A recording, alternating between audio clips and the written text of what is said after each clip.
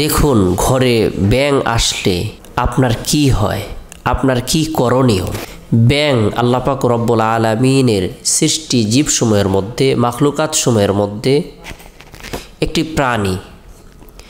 আল্লাহ তাআলা এই প্রাণীটিকে মানুষের কল্যাণের জন্য সৃষ্টি করেছেন। পৃথিবীতে যত সৃষ্টি জীব রয়েছে, আসমান, জমিন, লৌহ কলম, পাহাড় পর্বত, চন্দ্র, সূর্য, গ্রহ, নক্ষত্র, তারকারাজি, কীট পতঙ্গ, জঙ্গলের হিংস্র প্রাণী, পশু পাখি, বৃক্ষরাজি, সব কিছু আল্লাহ তাআলা মানুষের সেবার জন্য, মানুষের কল্যাণের জন্য, মানুষের খেদমতের জন্য আল্লাহ পাক রব্বুল আলামিন সৃষ্টি করেছেন। জিন ইনসানকে অর্থাৎ মানুষকে এবং জিন জাতিকে আল্লাহ তাআলা তার ইবাদতের জন্য সৃষ্টি করেছেন। ওয়ামা খালাকতুল জিন্না ওয়াল ইনসা ইল্লা লিয়াবুদুন, আল্লাহ তাআলা জিন এবং মানুষকে ইল্লা লিয়াবুদুন, শুধুমাত্র আল্লাহর ইবাদতের জন্য সৃষ্টি করেছেন। আল্লাহ তাআলা বলেন ইল্লা লিয়াবুদুন, শুধুমাত্র আমার ইবাদতের জন্য সৃষ্টি করেছি। ইবাদত কি? যথাযথভাবে আল্লাহ এবং তার রসুলের আনুগত্য করাকে, আল্লাহর হুকুম পালন করাকে, রসুলের সুন্নাহকে অনুসরণ করাকে ইবাদত বলা হয়ে থাকে। আল্লাহর বিধান নবীর তরিকায়, নবীর পদ্ধতি অনুযায়ী, নবীর শিখানোর, নবীর বাতলানো পথ ও মত অনুযায়ী চলাকে ইবাদত বলা হয়ে থাকে। আল্লাহ তাআলা নামাজ পড়তে বলেছেন, নামাজ একটি ইবাদত। জিকির করতে বলেছেন, কোরআন তেলাওয়াত করতে বলেছেন, তাসবিহ, তাহলিল, দোয়া, দুরূদ, ওজিফা আমল করতে বলেছেন। এই সব কিছু একটি ইবাদত। ইবাদতের ব্যাপক সংখ্যা রয়েছে। মানুষের সাথে ভালো আচরণ করাও একটি ইবাদত।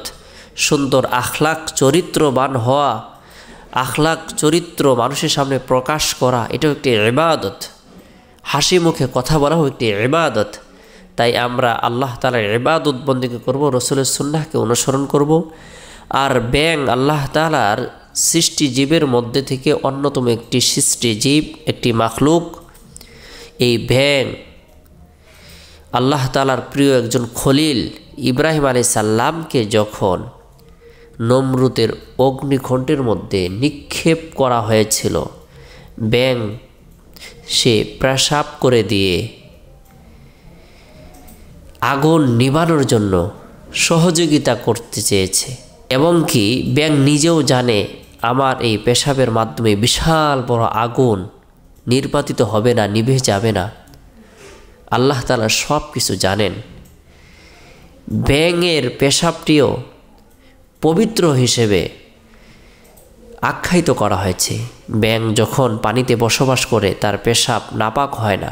তাই ব্যাঙ আল্লাহ তাআলা সৃষ্টি জীব, একটি মাখলুকাত। অনেক সময় দেখা যায় বর্ষার পানির কারণে বিভিন্ন ধরনের ব্যাঙ অথবা আশেপাশে বসবাস করে, ঘরের মধ্যে প্রবেশ করে রাত্রের বেলায় আমরা অহেতুক অনর্থক ব্যাঙকে প্রহার করার চেষ্টা করি, মেরে ফেলানোর জন্য চেষ্টা করি। এই কাজটি আমরা কখনো করব না। কারণ আল্লাহ তাআলার যত সৃষ্টি জীব রয়েছে, যত মাখলুকাত রয়েছে, যত প্রাণীকুল রয়েছে, সকলে আল্লাহ তাআলার জিকির করে। তাই এই ব্যাঙ আল্লাহ তাআলার জিকির করছেন। আল্লাহ তাআলা আপনাকে আমাকে বুঝার তৌফিক দান করুক। এই ব্যাঙ তো আপনার আমার কোনো ক্ষতি করছে না। এবং কি মানুষকে সেবা দেওয়ার জন্য এই ব্যাঙ অনেক সময় পাহারাদার হিসেবে কাজ করে।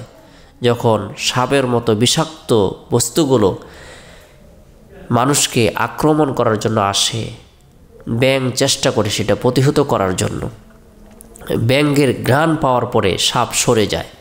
তাই আমরা প্রত্যেকেই ব্যাঙকে অহেতুক অনর্থক প্রহার করব না।